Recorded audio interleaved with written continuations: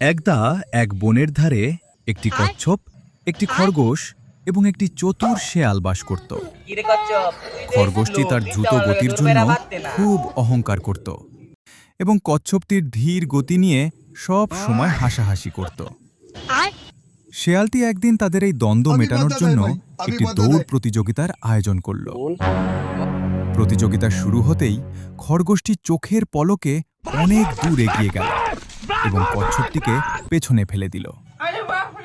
মাঝপথে এসে খরগোশ ভাবল, কচ্ছপটি তো অনেক দূরে, তাই একটু ঘুমিয়ে নেওয়া যাক। এই ভেবে সে একটি গাছের ছায়ায় ঘুমিয়ে পড়ল। এদিকে কচ্ছপটি না থেমে ধীরে ধীরে তার ধীর গতিতেই অবিরাম হেঁটে চলল। শেয়ালটি ফিনিশিং লাইনে বসে সব দেখছিল এবং কচ্ছপের এই নিষ্ঠা দেখে মনে মনে হাসছিল।